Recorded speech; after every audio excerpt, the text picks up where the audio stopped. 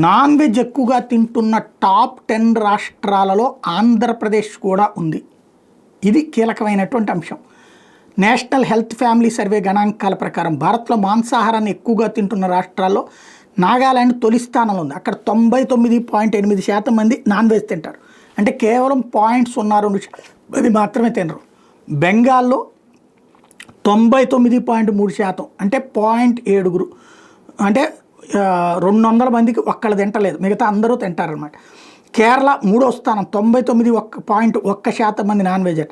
ఆంధ్రప్రదేశ్ 98.25%. అంటే ఇది నాకు ఆశ్చర్యం వేసింది. మరి ఈ సర్వే లెక్కలేంటో అర్థం కాలేదు.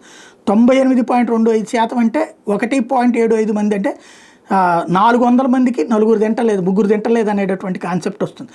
తమిళనాడు 97.65%, ఒరిస్సా 97.35%, తెలంగాణ 97.3% ఉన్నాయి.